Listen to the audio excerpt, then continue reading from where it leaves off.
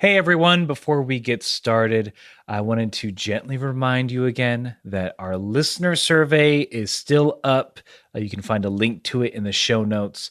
It is only 20 questions long, and we'd appreciate it if you could take the time to fill it out.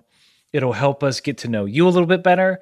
And Vince and I, we find ourselves in a position where we want and can make more things for y'all. And the survey will help us get an idea of what kind of things y'all would want us to do. I'm leaning towards, doing some macrame tutorials. And I think Vince is on board. I think we're going to go that way, unless you guys tell us something different. It's going to be macrame, like top to bottom, all the way down. It's nothing but macrame. But if you take the survey, we might do something different. I don't know. I'll have to see the results. So please take a few moments of your time to click the link in the show notes, take the survey. It's super anonymous. And again, thank you all for your support all these months or years, no matter how long you've been listening. Keep fighting and on with the show. Yummy house party.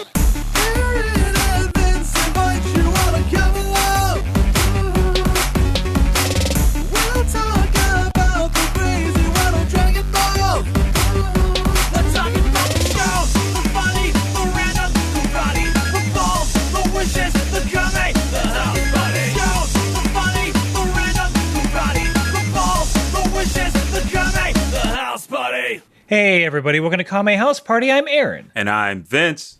It is the only improv comedy Dragon Ball podcast in the entire universe, and is where myself and Vince get together. Well, before we do that, we watch an episode of Dragon Ball, because we're trying to watch every episode of Dragon Ball.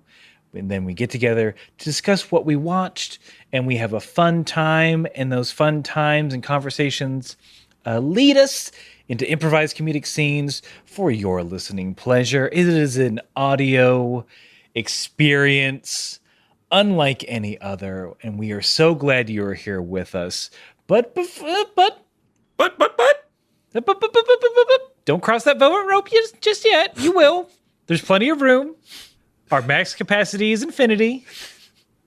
But before we start this party, we gotta, I'm pulling at my imaginary collar, we gotta clean up a little bit. It's not quite ready to have guests over. And we do that in a little segment we call Kame Housekeeping, getting new listeners, old listeners ready and caught up and ready for the action ahead. And the first part of Kame Housekeeping is the UN-sanctioned 1 minute roundup. Excuse me, sir. I believe you're staking a claim on ground that's already been claimed by me.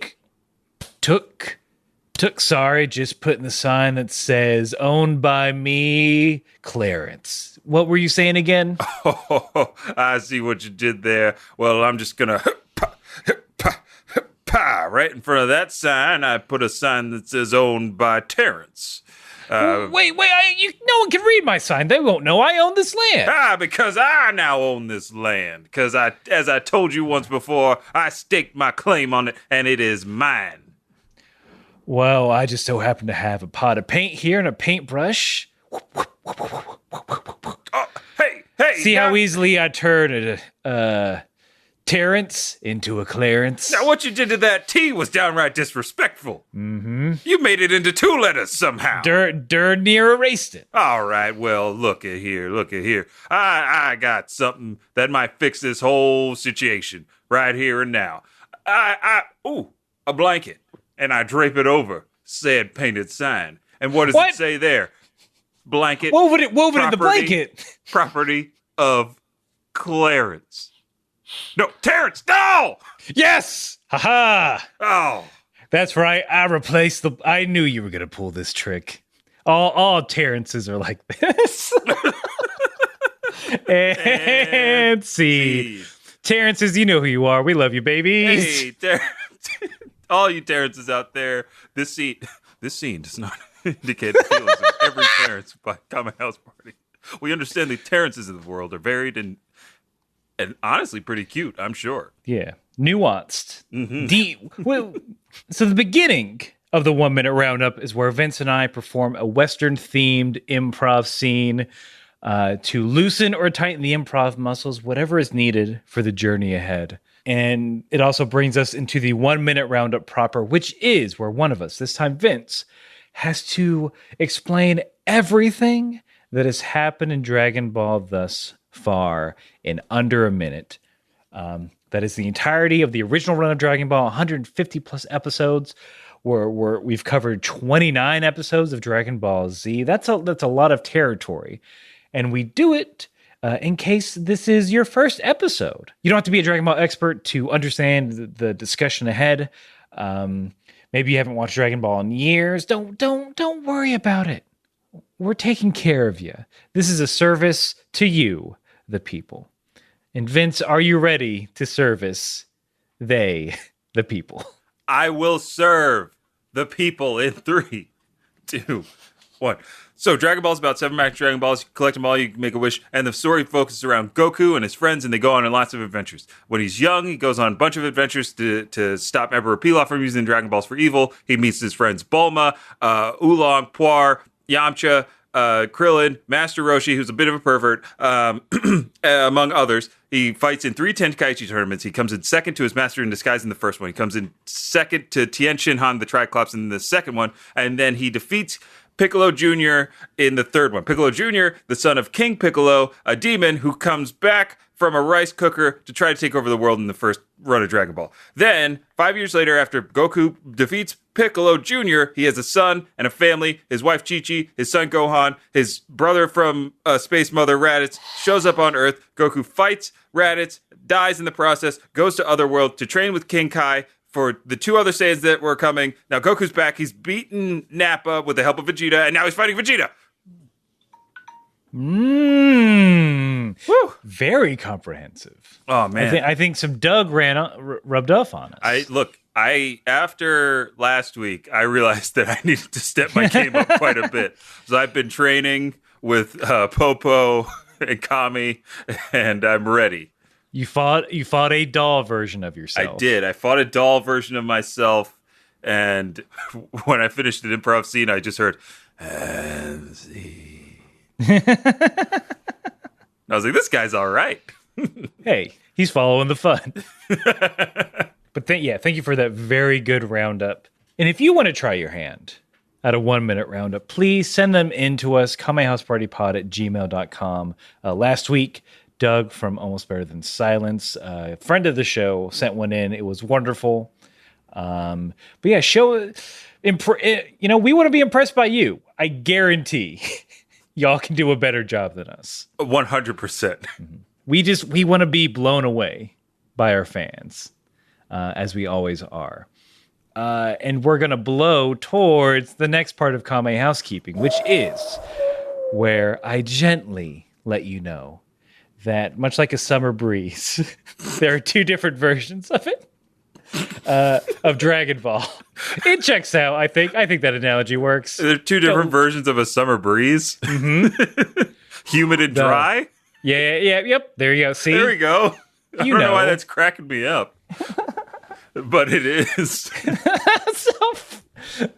I think I know why, because maybe it was kind of clumsy. But look, there are 2 different versions of Dragon Ball. That's right, and many more. But Vince and I, we watched 2 different versions. I watched the English subtitled version. Vince watches the English dubbed version, and we do this because we're bad at planning. We made a goof 'em up. We watched 2 different versions for our first episode, unbeknownst to each other. But we're like, hey, this is like that chocolate and peanut butter thing everyone keeps talking about. This is a good mix because we get to compare and contrast the differences. Sometimes they're hilarious, sometimes they're frightening, but they're always interesting. And the first difference is usually the title. So Vince, will you please give your title for this episode of Dragon Ball Z? Of course. The English dub title of Dragon Ball Z Episode 30, Goku versus Vegeta. Yes. There's a partial Yahtzee. Oh, gosh. I haven't heard of. We haven't gotten close to a Yahtzee in years. I know. I mean, it's been months, but yeah, you get some of that. Mine adds a little more commentary to it. So here we are. Episode 30 of Dragon Ball Z. The English subtitle title is A Hot, Unbounded Battle. Goku versus Vegeta. Oh my. Better have safe search on when you're looking for this one. Pop up battle. Pop up that incognito window to listen to this episode. It's Goku fighting Vegeta. That's pretty much it. And let's get right into it. At the top of the show, as we know, Goku and Vegeta fly off to a separate area, a safe area where they can fight without hurting anyone. Krillin is desperately trying to get Gohan to follow and leave. Gohan really doesn't want to. He doesn't want to leave his dad, but once Krillin's like, I'm sure your mom would be happy to see you, then Gohan relents and heads towards the Kame house. I don't have too much on that, but the next scene where Vegeta offers Goku a chance to join him after they've arrived in this room. Wait, am I skipping something? No, I just got none of that. There was no join me, Kakarot. Let's be bros now. Are you serious? I'm in the bro market. Legitimately, Vegeta is like, Kakarot, I'm giving you this one chance to join me. Think of it. You could have anything you want. The universe would be ours. He also references the hunt a lot. I'm like, what? Yeah, he's like, join me on the hunt, Kakarot, and you and I will take the universe together. And to respond to that, Goku says, well, I've seen what you're like with your partners, and I don't like that kind of job security. Hey-oh! All that training with King Kai, Goku lands a serious blow to Vegeta right then and there. What are you talking about? You have, technically, you have a job until you die. What more could you ask for in job security? I don't know, Vegeta. Maybe a 401k, some health benefits for my family. Wow. Did you not get I emailed you the package here. Here's a physical copy. Sly. I'm going to angrily toss it over. Grab it. Huh. This lettuce is white. Oh my God. Vegeta, this food tastes awful. I don't want this or to join you. How do you know what a 401k is but think paper is food? I don't know. Kid Kai talked a lot about that. I sure did. Easy, Kid Kai. I got this. Goku, you need to honestly, maybe join him. Has Gohan, I've been meaning to talk to you about this. Has Gohan, and I'm talking to you psychically, as is my want. Has Gohan seen a doctor ever? What do you mean, King Kai? He's a healthy boy. He studies and he eats. I mean, those are good things, and he is very powerful. But he needs... Did he get that, measles, mumps, rubella shot? Measles, mumps, rubella? Who are they? Oh, are they tough fighters? I'd love to train with them. In a sense. Oh, please tell me how many people they've defeated. Well, I'm looking at the Wikipedia right now, and it's a lot. So okay, I think I know how to pitch this. A vaccine is like training against strong, invisible fighters. Oh, invisible fighters. Yeah, and kids need this special training, especially right when they're born. But it's not too late. You can still give it to them. He can still train. So where can Gohan go to get trained by vaccine? A very special sensei called Pediatrician. Whoa, King Kai! These fighters sound awesome. I can't wait for Gohan to train with vaccine and Pediatrician, and then he can beat measles, mumps, and rubella. Look, now I'm thinking maybe we can make some sort of pamphlet to educate others in this manner, in this simple manner that even a Goku can understand. Hey, are you calling me dumb? You're psychically breaking up. I gotta go. Ow, my head. Sorry about that, Vegeta. I've got to go take my son to a new training partner, vaccine, and pediatrician to make him even stronger than you. Actually, you know what? That's super important. I'll totally wait for that. Oh, thanks. Go do that. Look, we have a lot of fun. First of all, NC. We have a lot of fun at Kame House Party, but I think that pamphlet might actually help some people understand. That's what I'm like. Seriously, honestly, it's like vaccines are just training. Oh yeah, vaccines are sacred water. Mm-hmm. Training for your immune system. Get strong like Goku, and then it's a fun picture of I'll say a Bulma. Mm-hmm. Giving it, yeah, we can give a little fan service for the dads. Oh yeah, and the mom, and the mom, put her in a and lab coat. You know, she take care of everybody. Goku's wincing. Mm-hmm. It's like, well, hold on, who would win? Who's the coward that couldn't take a shot in the group? It's got to be Piccolo. Piccolo's got to be like a little nervous as Bulma comes closer with the needle. I don't need this. I'm a plant. Just put some ladybugs on me, I'll be fine. He thinks everything that's wrong with him is aphids. Well, what else could it be? Play some soothing jazz. I'll grow even stronger. Yeah. I mean, really, when you think about him just meditating and floating in the air, that's just him photosynthesizing. Right. Like, do you think Piccolo might have like a Superman level photosynthesis and like how Superman's power grows depending on the color of the star that he's near, right? He is Superman because of the specific radiation. This is all make-up comic book stuff, but like because of the specific radiation of Earth's yellow sun. If he was in a galaxy with a red sun, he loses all of his superpowers. So he would lose to Goku. If Goku's like, let's go somewhere else. Yeah, with a red sun, or maybe if Goku just blew up the sun, maybe right. I think to win, Goku would blow up the sun if he had to. Yeah, he'd super blow up the sun. I don't even want to think about the ramifications. Not just the whole heat thing and temperatures dropping to negative hundreds of degrees Celsius. The gravitational. Also the supernova that it would. Yeah. Oh God. Baby steps. Baby steps. Get Gohan vaccinated. Goofs aside, that is wild that I don't get. I swear I do not get any of that. All Vegeta goes on about is that I think the first thing is, I see you've chosen this to be your gravesite. There seems like there could have been a way for Vegeta to say that too. in this very extensive line of dialogue. I mean, maybe this is what they took out. Vegeta does go on to explain, like, hey, you're super lucky to fight with me in elite class, saying, by the way, here's how our horrible Spartan society works. Every baby is examined at birth, given a ranking, and all the weak boys get sent off to planets that don't pose a threat. Quote, in other words, you were left behind. Yeah. Why didn't they keep that in? This is wild. It's completely different. Was there a difference? Now I have to think. Was there a difference between Raditz pitched Goku when he first arrived?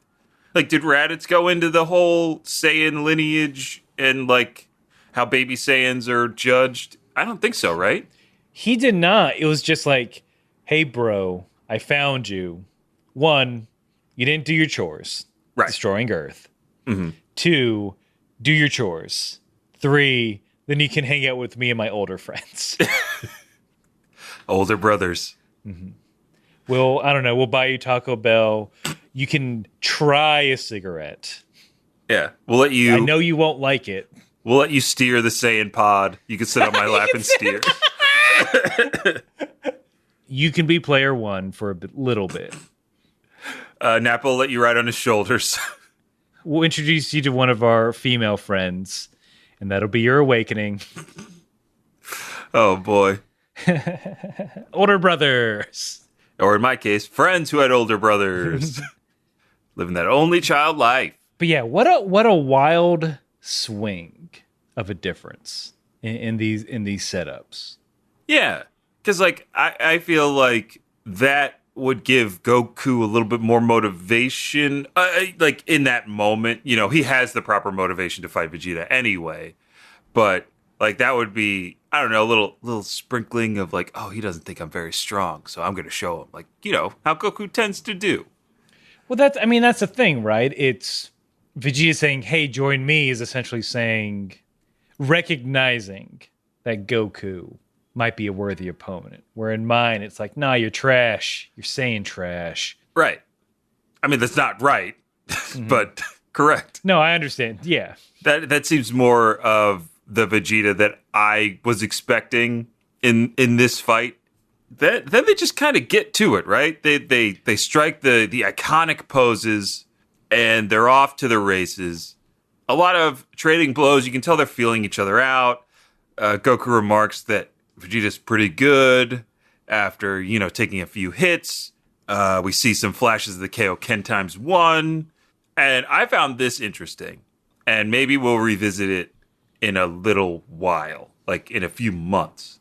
But in mine, after seeing the Kaioken and Vegeta managing to dodge and also like attack Goku while in that state, Vegeta says that he's seen an attack like that before. So that won't work. You better come correct to the Prince of All Saiyans. You know what I'm saying? Does he call himself the Prince of All Saiyans? He does a little bit later. He just says he's a super, in mine, he just says that he is a super elite. He does not say, oh yeah, by the way, I run the planet. But yeah, that whole fight exchange ends with Goku, even after Kaioken ×1 saying, what a powerful bastard. Oh, I love that line. Oh, I'm going to use that a lot. And yet, even though I'm in this kind of trouble, I'm starting to get excited.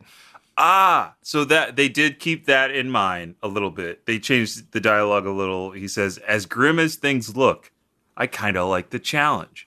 So I wrote down that like we get more glimpses into, not more, but another reveal that Goku kind of is underlying in every fight just to fight.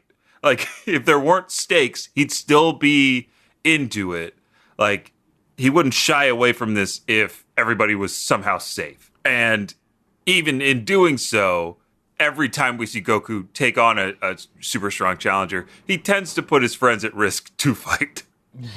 Or the planet at risk to fight. Oh, Goku. When are you going to learn? We get a cut over to Kame House. The crystal ball is not working out. And Roshi explains, the force of their ki is concealing them from even the spiritual powers of your crystal ball. Checks out. I think that's when Bulma is like, oh, I know, because she's smart. She's got a solution. She grabs the scouter and starts describing that there's like 2 huge power levels over there. And Chi-Chi says, only 2, and faints. One, that's horrible for Chi-Chi. She's gone through so much today. 2, Bulma, look to your left. Look slightly around. Yeah, if she just said panned, she would have seen the other 2 power levels heading towards them. Yeah, they should be, I'd imagine they're still close by to each other. Right. Just go down the list. Like, Bulma, you jerk. Just give the woman something to hold on to. Or was this intentional? Maybe it was. Wait, was it intentional by Bulma? Yeah, that's what I'm saying. Probably. But for what reason? I don't know. Like, what ulterior motive does Bulma have to not show that Krillin and Gohan might be safe? Cause she's a hot mess that just loves drama. That could be the simplest one. If we get into, let's say, a soap opera style motivation, maybe Bulma's trying to play a long game, that she's still in love with Goku after Yamcha dies. Well, yeah, it's like, well, on to choice 2. Yeah, she's marking number 2, and how she's going to separate Goku from his family is by painting a narrative that Goku let Chi-Chi's only son die, and then Goku gets left, holding the bag. They get a messy divorce, and then who's there waiting to pick up the pieces? This girl, Bulma. with a rich shoulder to cry on. A rich shoulder to cry on, dragon radar to find Dragon Balls to then cry on, and also she's got all the tech for Goku to train on, to train away his family. Train away the pain. Exactly. Can you wish to reverse your divorce? Is that within Shenlong's power? Yeah. Because that seems... Because none of the wishes have been mind controlling, and that's kind of it, right? That would be mind controlling, yeah. Yeah, it's generally like, Gary, I know you went through a lot of trouble, but, this seems not cool. Listen, I did everything in the Ryan Reynolds playbook to get her back, but she won't. This is my only option, Shenlong, please. Look, oh boy, you really got me by the tail here, because I am bound by these rules. Okay, here's what I can do, I guess. So I can't, much like Genie, I can't make anyone fall in love with you or back in love with you. So I guess I can just turn back time, like Cher. That won't. I love Cher, but that won't work, Shenlong. If we go back in time, how can I correct? She's already. You could maybe do. Technically, you won't be divorced anymore. Technicality, no doubt. Boo over, Shenlong. You know what? I found the easier way. I'll just burn the registrar's office, and I'll destroy all the records. So technically, you won't be divorced, but you will be in the same situation that you're in. She still won't want to see you, and she's still, keeping the kids from you. And the dog. Is that what you want? Especially the dog. Oh no! Have you seen those grams? Shenlong. He's loving life. That's all I do is look at the grams. He's got a cute little scarf. And I thought it was stupid. And that's why we got divorced. Wait, really? I said, you're not going to put a bow on a boxer? The dog will look dumb. Wait, I think that might have been the titular straw that broke the camel's back. I'm sure there are a lot of other underlying reasons that the divorce came, Gary. What if I give you the wisdom to understand your past relationship, and that way you can move on? What about that? Will it give me my Netflix password? I'll throw that in. I'll throw it into where she can't keep changing it. You got yourself a deal, Shenlong. All right. Whew. I'm wiping the gigantic bead of sweat from my head. Your wish is granted. Also, maybe therapy. I don't know. I'm just suggesting. Boop. Huh. The password to the Netflix is Gary's a loser. and see. Don't wish away your problems. Right. But is that a limitation of Shenlong? Like, it makes sense, right? Whatever is within his power, because Shenlong can't re-revive someone. Technically, he can have you take control of the world, right? That's true. So he can mind control people. But what does that mean? Or is it like he's not mind controlling everyone? It's more of like a I don't know how that works. Here's the deed to Earth? Maybe. Sign here. Yeah. Mm-hmm. What we don't see is after these wishes, there's extensive paperwork.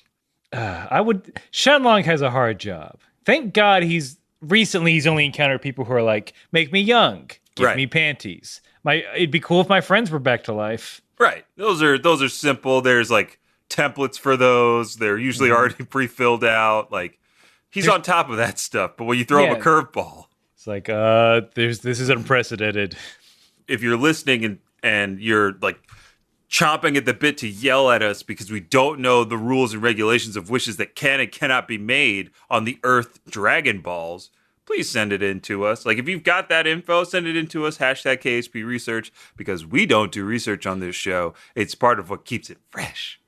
Yeah, can we reverse our divorces through magical means? Let us know. Asking for friends that aren't us. That are definitely not us. So we're back at the fight, and Vegeta's just like, all right, here's... I kind of wrote this down. I wrote it down in a way that amused me, where it's like, I'm special. I'm a special boy because Daddy said I'm special. So get ready. I'm going to do a special thing. And he starts to charge up. And the storm clouds come a-rolling in. Oh, yeah. There's electricity everywhere. So much debris. I wouldn't even call it debris. I'd say genuine boulders. Mm-hmm. Start floating up in the air, and he's charging up, and commercial. Hey, take the survey. Yeah. Aaron said it at the top of the show. Please take the survey. It's going to help us either make more macrame or less macrame. Our I mean, macrame futures are in your hands. this is true. Look, I don't want to, influence your survey taking, but let's just say I've already got like a bunch of macrame gear shipped to me. I've got thimbles on thimbles. You know what I'm talking about? I got designer thimbles, like Gucci thimbles for the streams. I got so much yarn. Yarns and dowel rods. That's what I've got stacked up to the ceiling. Because we're in this macrame for the long haul. Unless we see that you all don't want us to do all this macrame, and like it's fine. We'll poof. It'll be gone. Yeah, I'll burn it. Yeah, Aaron and I haven't burned anything in a while, so why not? Yeah, why not us? Please take the survey and to those who have taken the survey, thank you. Yes, thank you so much. Because over here at Kame House Party, we care about what you think. To an unhealthy degree. It's consuming us every waking moment. So please take the survey. I refresh it every 5 minutes. Thanks. And back to the show. Oh, the best part of this episode. So Aaron, after we get back from commercial, we're watching Cowboy Bebop? Or some other anime? We're in a bar. We're watching TV. The news is like, yeah, so we kind of don't know what's going on, but we assembled a bunch of smarties. And we're gonna have a panel of what might be going on. So stay tuned because we can't stop talking because that's how news works now. Ooh. Even if there's no news, we have to just keep saying stuff. Prescient. But also... keep watching, thank you. Diverged a little bit in mine. The news anchor is talking about how, look, we had a crew filming like all this footage, and then due to technical difficulties outside of our control and all these superpowered beings, we lost our ability to transmit. So... we brought a panel of experts together who are discussing rules and regulations around superpowered beings. No. Yes. What? Yes. There's a council. The Superhero Registration Act? Yes, it's happening. And whose side are you on? Are you with Tony Stark and Peter Parker? He was my friend. He was my friend too, Tony. So was I. That's the line. Oh, I thought you knew it. I All right, let's take two. Take two. He was my friend. So was I. I am with Vegeta or Goku. I mean, if it's Vegeta and Goku, I'm with Goku. Right. Because I believe Goku would not register. Yeah, he hasn't registered for anything. So Goku doesn't vote. Is what we're saying. He would vote if you could vote with your fists. He doesn't pay taxes. Oh, God. A true libertarian. That's why he lives off the grid. He homeschools his kid. Yeah, fuck. Oh God, no! I don't.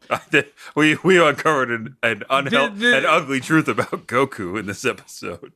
But enough of that, because we got to get back to this bar. yeah. Well, that's for other podcasts Yeah. to discuss. I don't think we're equipped. No, because that would require research, which we Yeah. don't do. Just know that Goku loves freedom. Can't get enough of it. Just like a familiar friend who's been hanging out at this bar. It's Launch, everyone. Blonde-haired Launch What a is sight for sore eyes. and like just down in the dumps. She believes that the world's gonna end, so she's just gonna drink and drink. She's on her 10th drink, and this bartender's ready to cut her off until Launch is like, "I got money. Doesn't matter anyway. The world's gonna end. It's all over." Look, she's lost the love of her life, his ghostly son. She's lost. We've lost Launch. I mean, speaking to that end, mine gets a little more specific. Oh, It's not just a general ennui about the destruction of the world. Because which is honestly kind of rude to do to her character. She's been in these life or death situations where Goku has to fight a demon before. I think she's not upset about this. Here's what she's really upset about, because in mine she says, quote, "Ten Shinhan is dead and all. I don't have any need for this money anymore." That is rad. That's what I wanted. Yeah. That's how a Launch reacts to she doesn't care about the world ending. Her world had 3 eyes and a lot of muscles. The world already ended. The world ended 3 episodes ago. Was that broadcast then? It had to have been, right? Oh no. Where was Launch? Gosh. Where was she? Where was she when she heard the news? Why wasn't she invited to Kame House? Again, Launch needs to come back. Because Bulma's a drama loving. Because Bulma forgot to text her. Forgot. Yeah. Oh, she said she was busy. Yeah. Really? She was busy? She didn't want to see Tien? I think they had a thing going on. No, she said she was, Launch. She loves to rob. She loves to be prettier than me. So, she was just busy. I think you're both beautiful, Bulma, but I get away from me, old man. Oh, Smack, smack, smack. Ow! Are you sure you haven't trained before? You don't hit as hard as Launch, and she'd be a great ally to have right now. Why is everyone focused on Launch? What about me? I lost Yamcha. I don't know, Bulma. She also lost Tien, and they went on a lot. They were, those 3 years that everybody was training. She was at Tien and Chaozu's side the whole time. You weren't on the lookout with Yamcha while he was training. Yeah, look. You know what they did. I'm just gonna say it. Master. I'm just gonna imply it. They probably went further than you and Yamcha. Because, look, Yamcha got a big mouth. Oh, I heard. Oh, we all heard. Yeah, even me, poor. Yeah, me, ooh. We have a boys' night. We're just talking about girls. Just you let them on. Yeah, Bulma. I was in one of those boys' nights, touching my fingers together, like one does. Yeah, you seem to be leaving that Yamcha out, swinging at the plate. Baseball. Look, just because I said I'll go out with you once you're rich, once you get your own place. He did both of those things, Bulma. What, how much do you think professional baseball players make? Like upwards of $1 million zenny contract? That's what the news said. Wait a minute, is that rich? Do you think $1 million zenny is money? Is a lot of money? Oh, damn. That was cold, Bulma. How much, how much is bread? How much is a loaf of bread? Like 6,000 zenny? Oh, Bulma, that's ridiculous. I didn't realize you were so cut off from the common man, an animal person. This is astonishing. Bulma, maybe you should be the one to leave. I'm texting Launch right now. Hey, baby. Fight watch party, my place. Free booze, come on. Wink emoji, wink emoji. Remind her that there's no cover. Oh, yeah. Also, no cover, if you know what, parentheses, if you know what I mean. Master, take that out. All right, fine. Delete, delete, delete. I sent it. Sheet launch is on our way. We're going to get her. We're going to get over here. Bulma, get the fuck out. Yeah, leave. Yeah, we're finally, the little man's finally sticking up against you 1%ers. Oink, oink. Oink oink is right, Oolong. That's the sound you make, because you're a capitalist pig. Down with the bourgeoisie. Oh, Bulma, you're awfully quiet. Stunned by our sudden tenacity? Together we're strong. I don't have anything to say, I guess. I didn't think that, like, you guys would be so rude. I mean, I assumed that bread was 6,000 zenny, and I had brought about 250,000 zenny to pay for the fight, so I guess I'll just leave. Wait, hold on. You sliding in front of the door like, Bulma, don't... This is just, that's a ribbon. That's what friends do. Come sit. Yeah, Bring we your purse. were only joking. I mean, how about a couple dozen pizzas, eh? What do you think about that? Bulma, why wouldn't you give Gohan some money for his schooling, huh? Chi-Chi, we're also technically kind of 1% too. Shh. Quiet, Dad. Oh, that's right. That's how the rich get rich. Yeah. Getting free shit. I learned from watching you. One of these days, you should just really pillage Capsule Corp. Like we used to do in the old days. But I hung up my helmet with axe inside. I'm sure it still fits. Maybe Gohan can wear it. Oh, that'd be so cute. But he might be dead. Oh, faint. I caught. Nice catch, Ox King. Yeah, I mean, I'm getting a lot of practice today. My grandson's dead. Oh, God. Oh. No matter how much money I steal from other people, money can't buy that. I don't know. As part of the Capsule Corp family, I've bought a lot of happiness. Hey, you know what, Bulma? You right. Are we in agreement then? I can stay? Yes, you could stay. Just order those damn pizzas. 40 pizzas coming right up. Can you make one pineapple? No. And see. What a better scene we could have had. You think a better scene? I think I think there's a lot of subtext in that, and also overt text in that scene, sort of breaking. I think we got to some truth in Dragon Ball and also truth about society. Yeah, look, that's what all good improv does. It brings out the truth.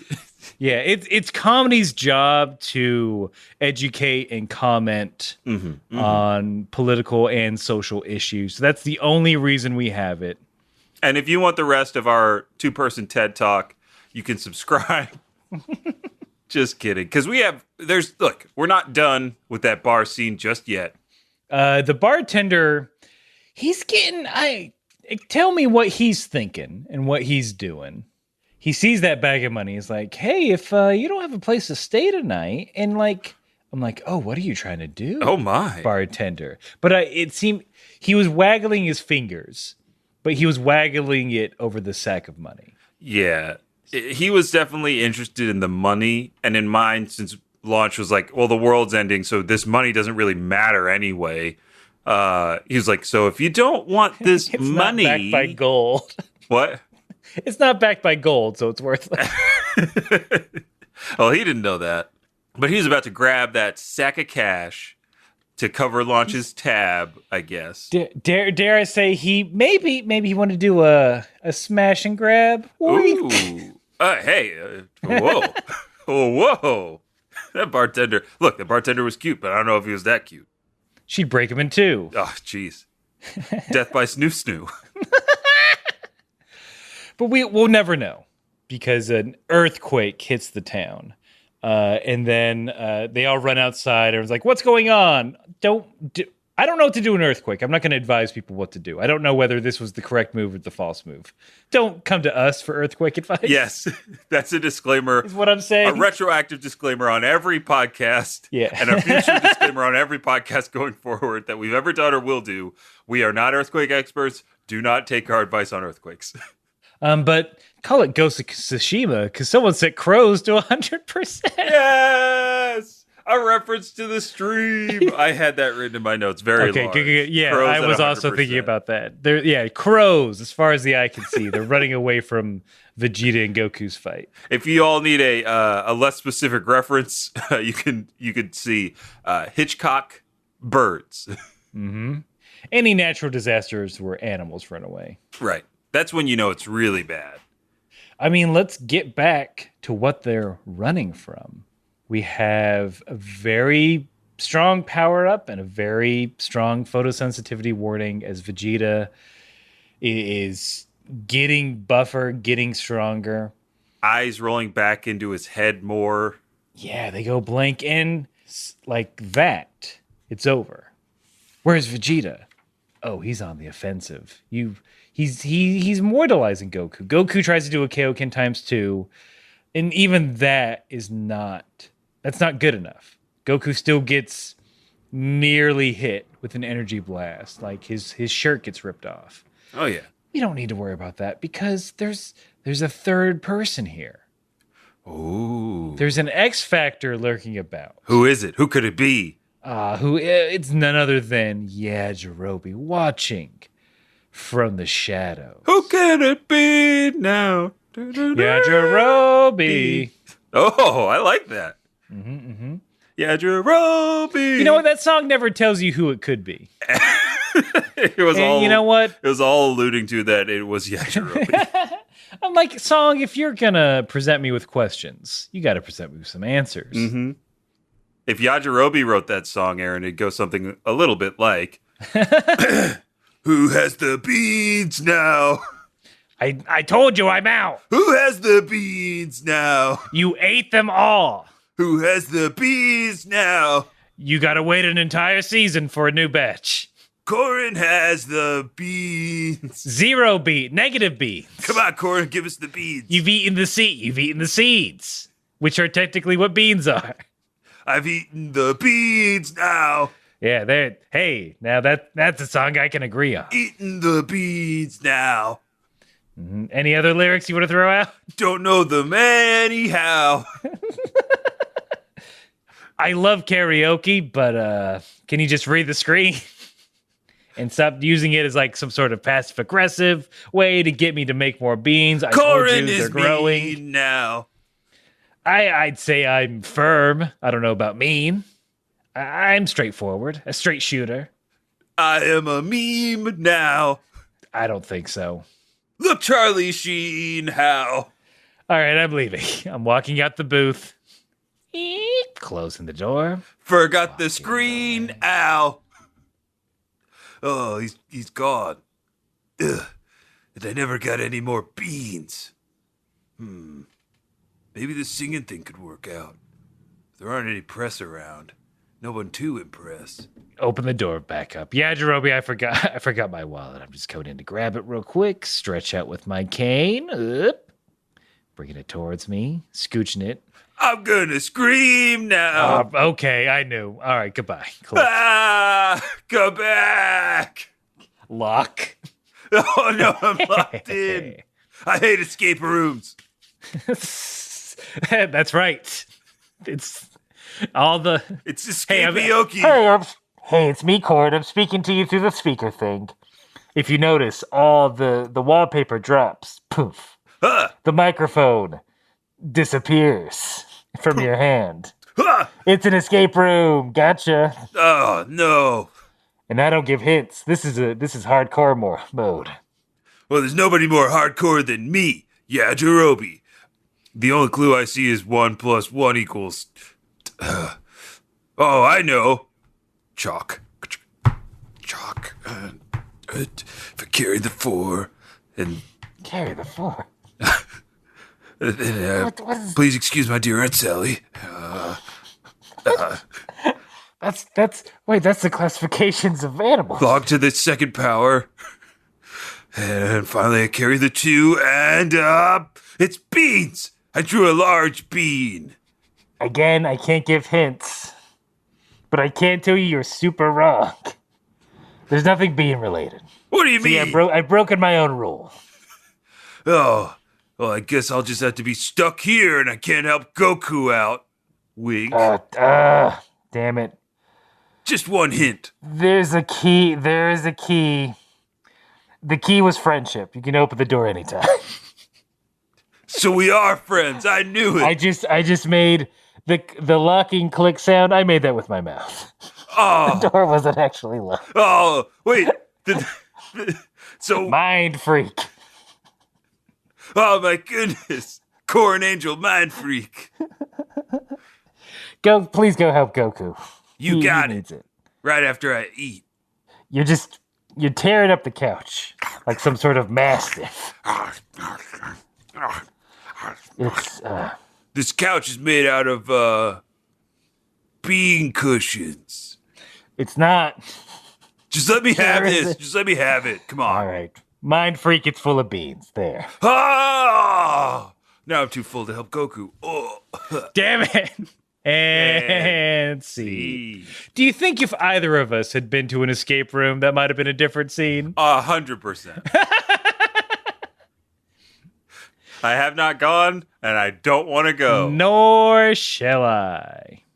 Hey, you know what's fun? A group project. Everyone enjoys those. Oh man, you ever want to play a point and click adventure in real life? Oh wait, that is real life. Don't do that. Yeah, I think that is the best way to describe it. Some people are going to be really into that, and some people are not. I'll play a walking simulator, and I'll also go for a walk. I don't want to play puzzle games, then go into a puzzle room necessarily. You know what I mean? Mm-hmm. Especially because it's not just you figuring it out. It's you and maybe 3 to 5 friends, all in varying stages of whether or not they want to do that or not communicate. I've heard horror. It sounds horrible. It doesn't sound fun. Is all I'm saying. Doesn't sound fun. Do you want to know what Vegeta calls himself? Oh, please. As he's bragging about how much stronger he is than Kakarot. Hit me. I was the #1 most powerful man, even among the Saiyans. Well, I mean, you definitely were like number 8 in terms of naming yourself. #1 most powerful man voted by Saiyan Q magazine. 2016 cover. Close second, Saiyan Matthew McConaughey. Always underrated. Mm-hmm. Saiyan Idris Elba. He was 3. He'll get there. He'll get there eventually. I also was Saiyan Time magazine's cover 2017. Who's Saiyan? Prince? Question mark. I'm in every magazine because I decreed it so, is what I'm saying. To have that kind of great Saiyan power over the media. That's unrealistic. That would never happen. That would never ever happen. I hope this is just a weird mistranslation, but to call it #1 most powerful man?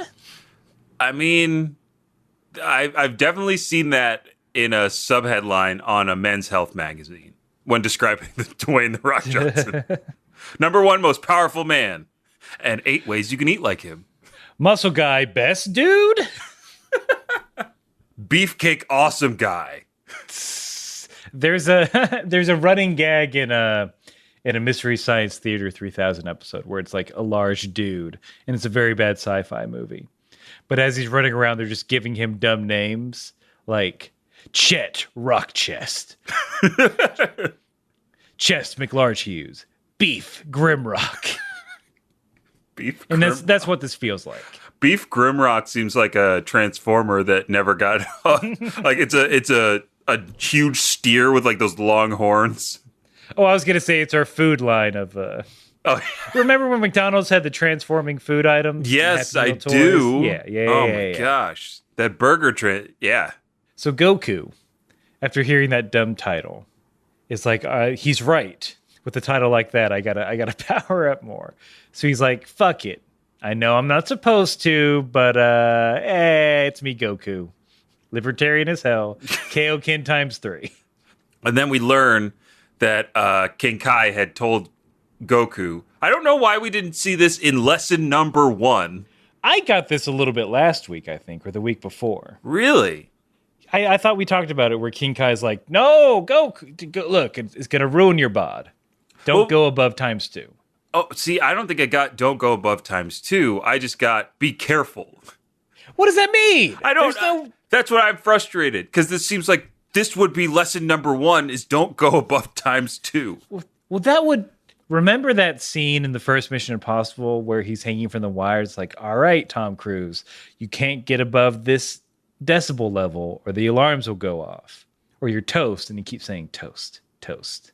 And you see the levels bounce up and down. Right. So that's a tense scene because, you know, there's a numerical value. You as the audience, like, if it hits that, then he's boned. And that's why you need to say, hey, don't go above 2, because when he says, I'm going to go to 3, you're like, oh, shit, that's a number above 2. Yeah, because then I'm like, oh, he's going 3. Cool. I'm assuming this technique, it's already a dangerous technique. So him going 3 is a little slightly more dangerous. But then, like, they cut to King Kai's planet, and he's, like, super worried that Goku's going to die. And even, like, after that, we get a cut back to Kame House. Now, Bulma is playing radio news host by watching the scouter to see how the power levels are growing and is reporting back to everybody. And she's like, Goku's power level is increasing so quickly that he's going to explode. Wow. How does she know that? I don't know. There's so many weird changes in this episode, amongst the episodes. Because she's just sort of she's just counting off. It's like 19,000, 20,000, 21,000. And then the scouter blows up. But yeah, how, if your case is the case, how do you know you're going to explode at a certain power level? Maybe Bulma can intuit like how energy matter transfer works. And it was like, oh my goodness, if his energy is transferring into this much and he's only got this much matter, oh my goodness. But I don't think that's the case. I think she's making a wild leap in front of the man's wife. Again, she's trying to cut him off. She's setting up the narrative that Goku exploded just like the scouter and that he's free. Oh no, Goku exploded and he's not at Capsule Corp and I didn't wipe his memory. No. I haven't been working on this after I figured out that Yamcha was going to die. I didn't plan on taking the strongest man on Earth, and you can keep his kid, I guess, if the kid's alive. Oh, I definitely don't want that kid. Yeah. There's no room at my palatial estate in the middle of West City. Well, like, I like kids with, nice colored hair, like, I don't know, a blue, or I'd take a purple, I guess. Yeah, no, you keep the kid. Bulma, we see you. This is what this episode is about. We haven't forgotten. We understand fate of the world. There are more pressing issues, but those issues are about to be solved, and we can refocus our efforts back on making sure everyone knows you're a not good person. Well said, Aaron. Mm-hmm. Dare I say, number one most not good woman. Well, you know who might end up taking the moniker of number one good boy son could be Gohan. Because we get a cut to Gohan stopping mid-flight to Krillin's chagrin, turning and recognizing that something's different about his dad's power and how it's growing. And he's a little worried. He's a little bit like, I should go back. But we don't see that action take place because instead we cut back to Goku charging up and beefing up, if I may say so myself, to that level 3 Kaioken and charging Vegeta I thought we were going to get this like charge punch in this episode, but we have to wait, Aaron. We get the watercolor stills of a stunned Vegeta and a determined Goku going right back into the battle. Vegeta actually looks scared. Right. He's like, Ruh-roh. I don't know about this one, Scoob. Now that is the guest episode of Scooby Doo I've been waiting for. Vegeta and the Globetrotters. Yeah. Because they got to that point where they were like, it's Alex Trebek and the Globetrotters on this week's episode of Scooby Doo. His Saiyan pod crashed, and he's looking for a power source, but it's in that spooky mansion. You meddling kids, why don't you help me go in there? I'm not scared. Like, Vegeta, would you go in there if we gave you a Scooby snack? I don't know. I maybe would do it for 3 Scooby snacks. You drive a hard bargain, but here you go. You have to swallow them like a duck, though. I'm gonna toss them to you. You gotta open your mouth super wide, and we see the shape of it go down the outline of it in your throat as it goes down. That's the only way to eat them. Oh, I'm hearing trumpet noises in my head, giving me bravery. I'm going to close my eyes and charge right through the door. Oh no, he used an energy blast to do it. Oh, well, there's the monster. Oh my goodness. What's left of him? Oh, my arm. My arm. I just wanted to keep property values low. I was just trying to stop a Starbucks from coming in here. Ah, there's my powers. There's the power source. Oop. All right, bye, kids. Thanks for the snack. Also, Gallic gun. Shaggy? Velma? Freddy? Daphne? No!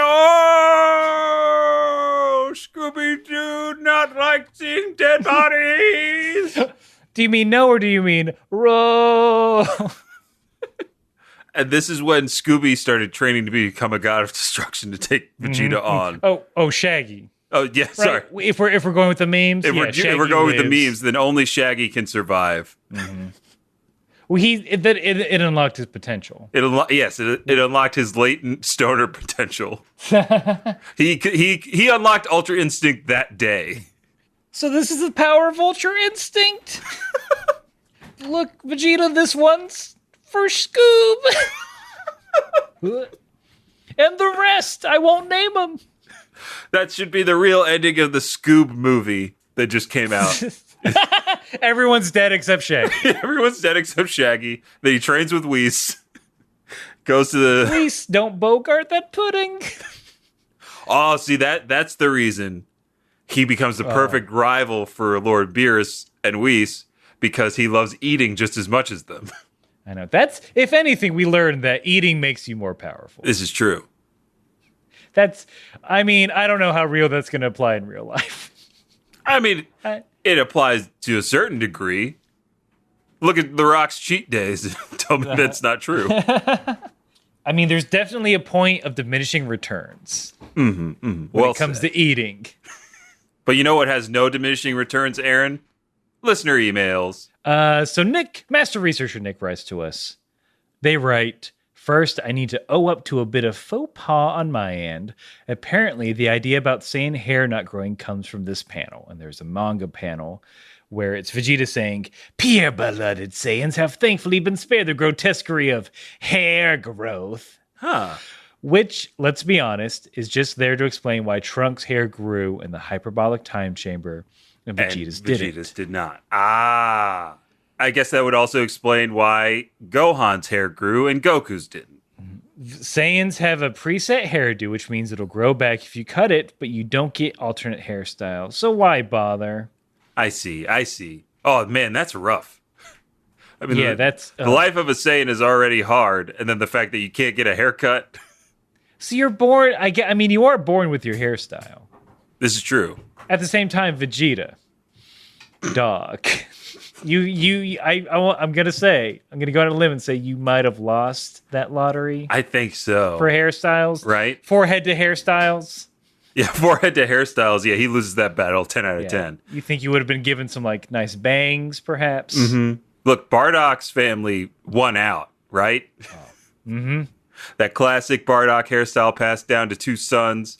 and then he got then Raditz got that mane of hair. So Yeah, that's true. Raditz was born to rock then. Mm-hmm. He missed his calling. What was when you were born, Aaron? Were you born with a full head of hair? I had some, for sure. I don't think it was full, but I believe I was not a complete baldo.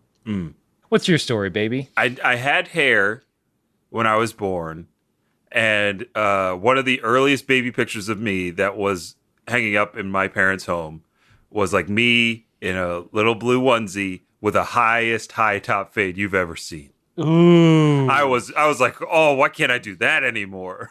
Oh, very nice. It's very cool. Oh, I need to see this. Nick continues with second, to ease the pain of the loss of Nappa, which we are still suffering from. Every day.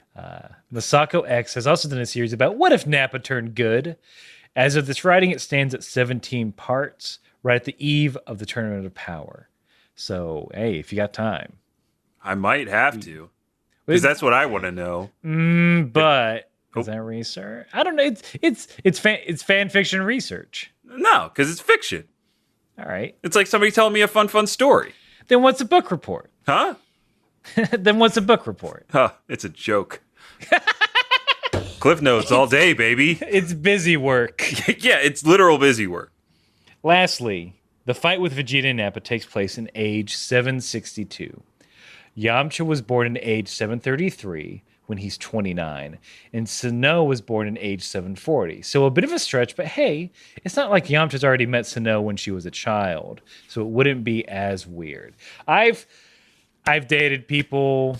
I've been in larger age gaps, so hey, then what we discussed is plausible, and maybe once this podcast grows large enough and we can dictate what anime gets made and what doesn't, then that'll be like number 2 on what we have to greenlight. We've got a couple other things in the hopper. So yeah. But Nick, again, thank you as always for your wonderful research. Yes, thank you, Nick. We appreciate it, and I hope everyone out there appreciates it. Chris writes to us.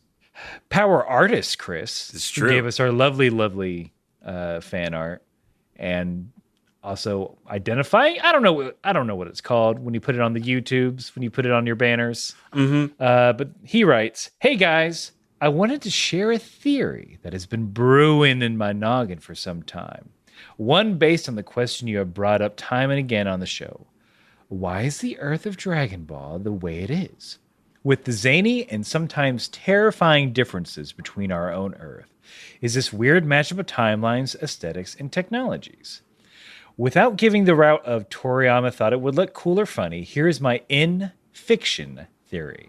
Kame created the Dragon Balls 300 years before the current timeline to give the people of Earth hope and miracles after the terror of King Piccolo.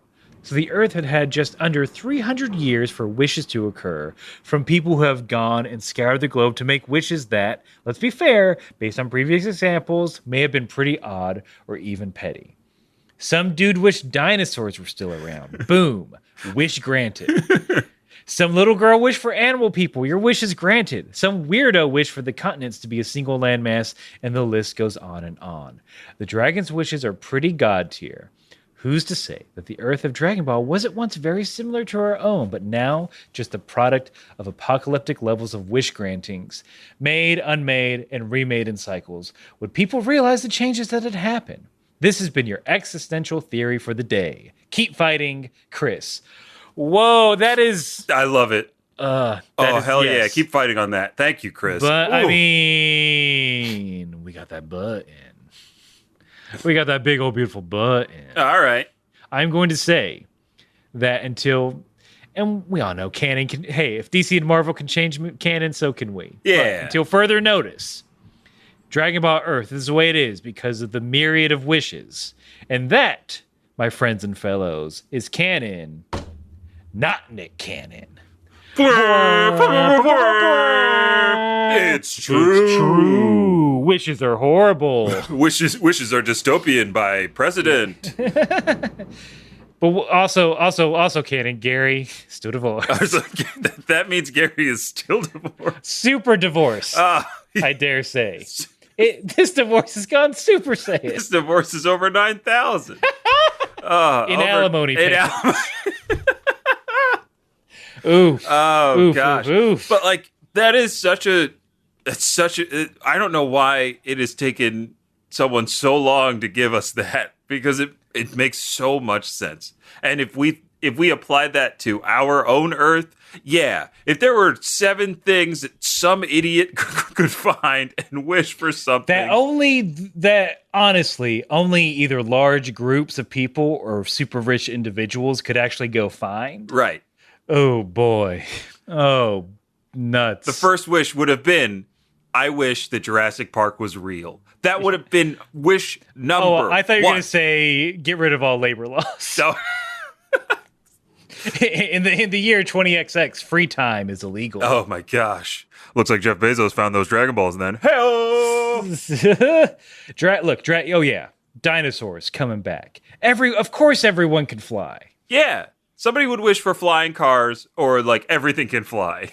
Oh my god, you're right. Yeah. Animal people. I don't know if it's a little girl that wished for it. I think it's These days. a certain group of young people. So let's just say they're too old to be on TikTok, too young to be on Facebook. They love Tumblr and DeviantArt. But Shenlong cannot bring that back. Yeah, it's beyond Shenlong's power to bring back Tumblr. Tumblr's just an other world. Everyone, we have a few more, but we'll save it for next time. Everyone who writes to us, thank you so much. We truly, truly appreciate it. And if you want to talk to us, you can do so by writing to kamehousepartypod@gmail.com. We're on all the 3 social medias, Twitter, Facebook, Instagram. You can talk to us there, Kame House Party. If you want more of us, you can go on down to twitch.tv/Kame House Party. Every Thursday night around 8 p.m. we are streaming, usually a new game every week. You can watch the clip. You can watch the clip there, so you know what crows to 100% means. Yes, and be in on the inside gag. This week we are. I don't know. We're doing something. We're doing something. We'll definitely know a little bit after this episode releases. And like Aaron said, thank you all so much for your contributions to the show. And if you don't want to write in or interact on social media, our survey is a great anonymous way to give us your feedback or tell us what you want us to do, if you want us to keep macrameing like we have been, or if you have other ideas, we'd love to hear them. Again, the survey is linked in the show notes. And no matter if you're fighting the number 1 most powerful big guy or trying to destroy a marriage from the outside in, you gotta Keep